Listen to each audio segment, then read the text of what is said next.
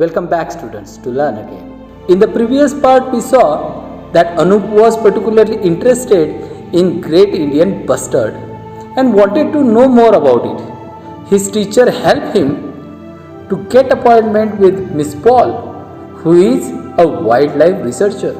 Anup asked many questions to her and gets satisfactory answers. He came to know that this bird lives in wide open landscape which have sparse grass and shrubs. It is the heaviest flying bird in India. However, the world record is held by Kori bird of Africa having 80 kg weight. Further, he gets information about diet and the incubation process which is of 25 days. Today, we are going to see the remaining part of this interview. So without wasting time, let's proceed.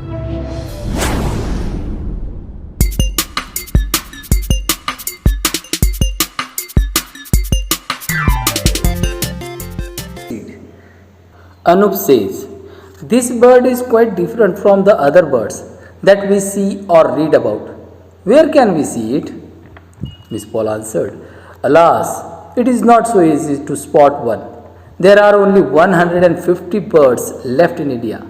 Most of them are in Rajasthan and Gujarat. There are a few birds still in Maharashtra, Andhra Pradesh, Karnataka and Madhya Pradesh, but they have completely disappeared from Punjab, Haryana, Uttar Pradesh, Orissa and Tamil Nadu. So here Anup is saying that this bird is quite different than other. It is unique bird and asks where we could see it.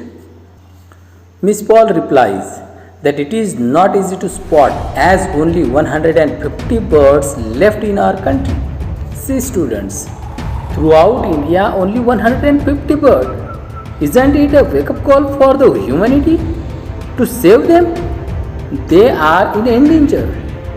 From these 150 birds, most of the birds found in Rajasthan and Gujarat. They are very few in Maharashtra, Andhra Pradesh, Karnataka and Madhya Pradesh. Whereas from the Punjab, Haryana, Uttar Pradesh, Orissa and Tamil Nadu, they are totally disappeared. Let us move on the next slide.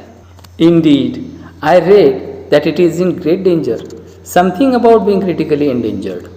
Miss Paul says, yes, we need to protect it so that it does not become extinct. When we say that a species is extinct, it means that there is not a single living member left of that species. Anup says, I remember reading that a bird called the dodo is extinct. Can that happen to the gib? Miss Paul replied, it could happen. Then students like you will only be able to see pictures of the bird and never in reality. So here Anup agrees with Miss Paul by saying they are being critically endangered by something. Miss Paul replies that before being extinct they need to be protected. According to her, this species is not extinct yet now, as extinct means not a single living member of the species left and we should save them. Otherwise, we won't be able to see them face to face. There would be some pictures and videos only and not the reality. They will have same fate like dodo, which is become extinct now. Why so? It was the question of Anup. Miss Paul answers, well, there are several reasons. The gib found in some part of Pakistan is hunted there. Poaching is still practiced in India. Also, there is a sharp decline in natural habitat of this bird. A major cause is the expansion of agricultural field and the increase in mechanized farming in the area where the gib lives. This also means that human settlement get closer. Then there are some other reasons that may surprise you. Dogs are a major threat to the gib. As I have mentioned earlier, the gib lays its eggs on the ground and dogs often eat the eggs. Sometimes a gib may simply dash against the high tension electric wires planted in its habitat and get electrocuted. It may also be hit by fast moving vehicles.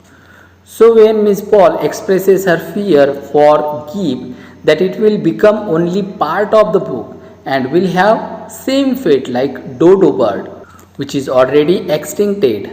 Anup asks her why, and she says because there are several factors threaten its existence. The bird is hunted in Pakistan and poaching is prevalent in India. Well, poaching means to illegally catch or kill an animal. The expansion of agriculture fields and the increase in mechanized farming have been responsible for the loss of natural habitats of the gibbs. There is a threat of predator like dog to gib as they often eat their eggs. Sometimes by dashing to high tension wire they get electrocuted and died.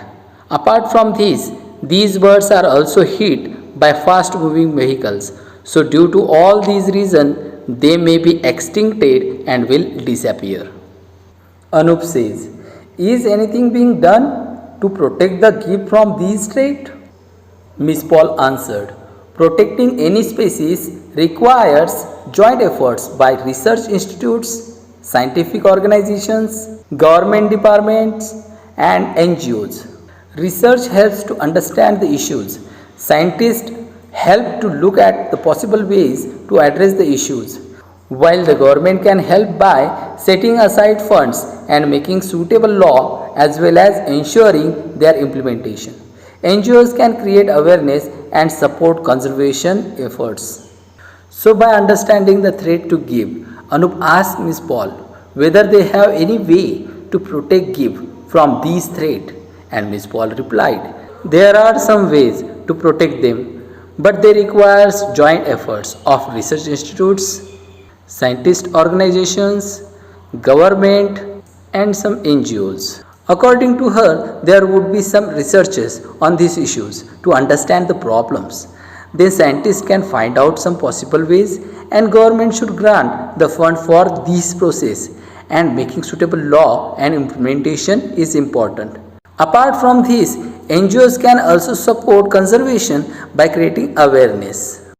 Anup says, can students like me help in any way? Miss Paul answered, you have already started by trying to know more about this bird. As you now know, the gibb is a fascinating bird and it is in great danger. You must share this information with your friends. You could also work to spread the message of conservation of the species and their habitats. The future and safety of wildlife and the environment lies in the hands of young people like you. Anup says, indeed, I shall. Thank you for the interview. So here Anup asked Miss Paul whether students like him can do something to protect the gibb, and Miss Paul answered that he had already started it by knowing the danger for such a fascinating bird. Now it is his duty to share it with his friend. Even he could spread the message of conservation of these species and habitats. And at last, Miss Paul says that the future and safety of the wildlife and the environment lies in the hands of young people like Anup. Anup agrees with this and says thanks to Miss Paul for such a wonderful interview. So students, I hope you have realized how to save our environment and the wildlife. With this, we will stop here. See you soon in the next video. Till then, thank you very much.